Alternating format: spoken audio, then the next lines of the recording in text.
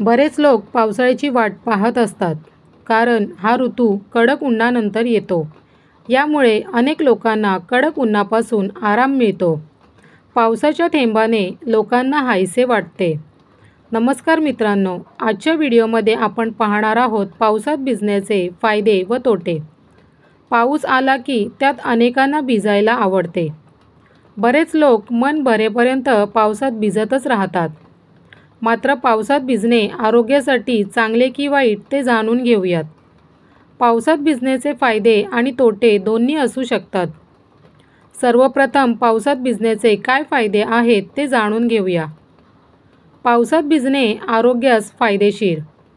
त्वचा उजळते, चेहऱ्यावरील पुरळ जाते, त्वचा चमकदार दिसते, ताणतणाव दूर होऊन थकवा जातो, शरीरातील हार्मोन्स नियंत्रित राहतात, त्वचा विकार दूर होतात, शरीरास आवश्यक असणारे व्हिटॅमिन B12 मिळते.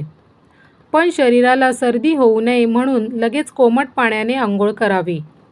पावसात भिजल्याने घामोळे कमी होते. घामोळ्यामुळे अंगावर खाज येते, केस सिल्की होतात, पायांच्या भेगा भरतात आणि पाय नरम होतात. पावसात भिजण्याचे नुकसान देखील आहेत. पाहूयात याच नुकसानीविषयी. पावसाळ्यात विषाणूजन्य संसर्गाचा धोका खूप जास्त असतो.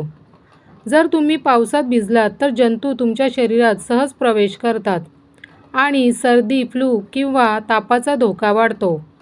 प्रत्येक व्यक्तीने हंगामाच्या पहिल्या पावसापासून दूर राहावे, कारण यावेळी जेव्हा ढगाळ वातावरण असते तेव्हा वातावरणातील विषाणू थेंबाद्वारे तुमच्या शरीरात प्रवेश करतात, ज्यामुळे अनेक रोग होऊ शकतात. धन्यवाद.